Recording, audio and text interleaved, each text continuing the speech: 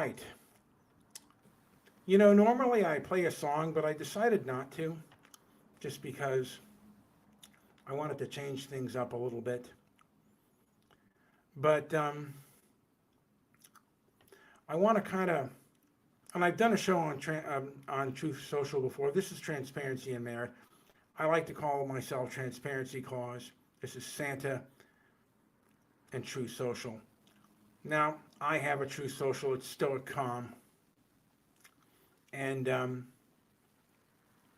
it is a place where you can't necessarily go in for debate. There's primarily Trumpers in there, and the people that are anti-Trump are just unhinged lunatics. And again, I'm not necessarily pro or anti-Trump. I am a free thinker, and today, free thinkers are not necessarily welcome on much of social media. And that's certainly the way that I feel. And I guess I am progressing as a human being and thinking a little bit, perhaps, to the future. And by the way, I've been very angry at the left since 2020, and I've had time to stew about it. When I saw these protests, when I observed these lockdowns, and I observe the way people are treated who resist our dissent. We cannot as a society ask questions. Or at least it seems like we're forbidden. And our questions are dismissed. And there's no debate. It's just the way it is. And this is our elites doing this. If you do not follow the hive mind attacks you. And I don't remember any time before where this kind of thing has happened. I got to go on here and just quit Discord for now because it's just too loud. Sorry, I was making noise, and it was making noise into my ear, so I had to disconnect it. But, you know, Trump supporters, non-Trump supporters, people that are moderate, are, you know, maybe even liberal, they're human beings. They deserve perhaps a right to be heard and talked to as a human being. And the establishment is not doing that. And the establishment seems to be taking anyone who questions the hive mind is automatically perverted and bad. And I've started to do the same thing myself. If you're going to pervert me, well, I'm going to do the same thing to you. Everything that you do to me, I hear my phone in the background. Everything that you do to me, I'm going to do to you. Why am I hearing my phone in the background? I don't want to talk at this moment. I'll talk to the person later. But again, I want to be around people, even if they have different opinions. I want them to talk to each other, with each other, and not at each other. And that, you know, social media has not brought us together. And maybe human beings are not, maybe it's because human beings are not logical or social. Perhaps, I don't know. I don't know what goes through a person's mind or how cognitive dissonance perhaps works.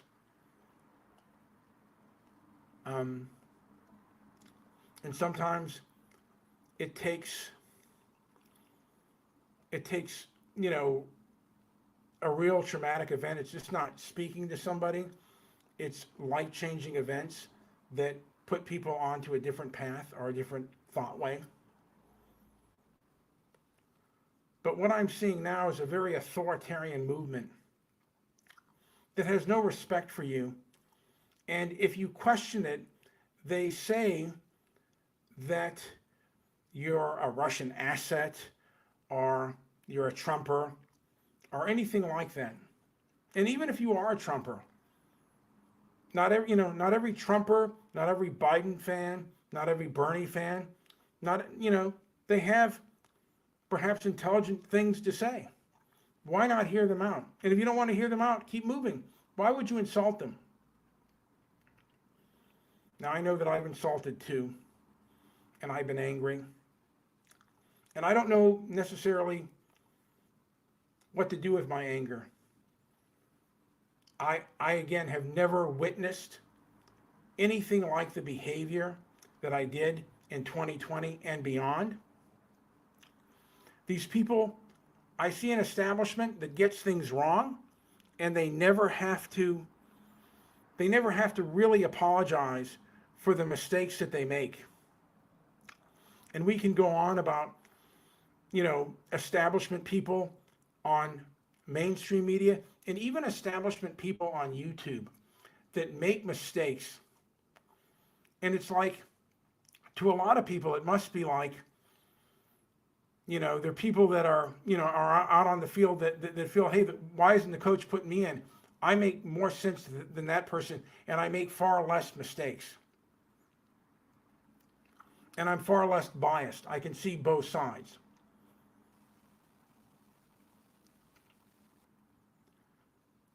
And I'm just observing things. And look, not the smartest. I'm Santa. I'm not the smartest or even the sharpest tool in the shed. I'm just seeing things as I see them. And I'm seeing people get basically habitually defamed every time they, if they go on Twitter and they make a statement, they don't argue the statement, they usually personally attack. And it's become a tit for tat thing. The right, does that meme and the left does the other. I think the left does it more often than engage in an argument, because primarily I don't think they have to, because they control the narrative. They control the establishment narrative. And that's what's happened so far. And, I don't necessarily know where I'm going to go with this, but, I've been on Truth Social, and like I said, primarily what I get on Truth Social is a lot of different, primarily it's Trump supporters, or it's, people with Trump derangement syndrome who don't like Trump. And I guess there's very few people who are in between, who don't like the leftist censorship. And the censorship today is primarily coming from the left. And we could say, years ago, the calls for censorship were primarily coming from the right, and it was things that were offensive to Christians and what they would call their Judeo-Christian values. Now it's hate speech and conspiracy theories and how they define hate speech. There are topics you cannot talk about openly because it is considered hate speech. And how can you be honest with someone? How can you be real with someone if they're accusing you of something and you may not see it that way, but there's no debate on that issue? They accuse people and they accuse people and tell them that they should be off the air, but they don't even discuss them or talk to them. To me, in many ways, conservatives are objectified. Whites, people of European descent, are objectified as problematic human beings. I could be wrong on that, but that's the way I see it. And again, you as a human being are not allowed to defend yourself and to defend your view. If your view goes counter-narrative to their view, you're automatically off. And I noticed a lot of these censorship groups like the ADL and the SPLC, they were one of the first groups to take away the thumbs up and thumbs down. So they seem, again, very authoritarian. And is that what we want within the society? Do we want a group that cannot stand criticism or does not want to put their stuff, the things that they say, up to their bootstraps? Is this the group that we want controlling the internet? Is it good? And again, these groups, a lot of groups that started the riots formed online. Antifa and BLM all formed online. And now you can't question them? Do we have the right to question organizations? Do we have the right to question behaviors? Are conservatives the only ones that can be questioned because of January 6th? Are we, because of that incident, is that the main reason why there cannot be a social media site? Why they all collude together to stop us from talking? Or stop people from talking? I'm just curious, because there were riots throughout the country, and one time, January 6th, there were some unhinged lunatics, and now we're defined, conservatives and free thinkers are basically defined by their outliers. But the left doesn't seem to be defined by their outliers, and their outliers seem to be in control, and they don't want to debate or discuss any issue. They just want obedience. They want obedience, and if you do not obey, they want to punish. And this cancel culture, I mean, it's only for 1 year, and I rarely have a naughty list. Their naughty list seems to last forever.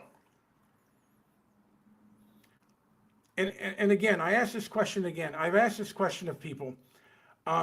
Does due process just count for a court of law? Or can it be applied anytime, or should it be applied, for the most part, anytime punitive action takes place?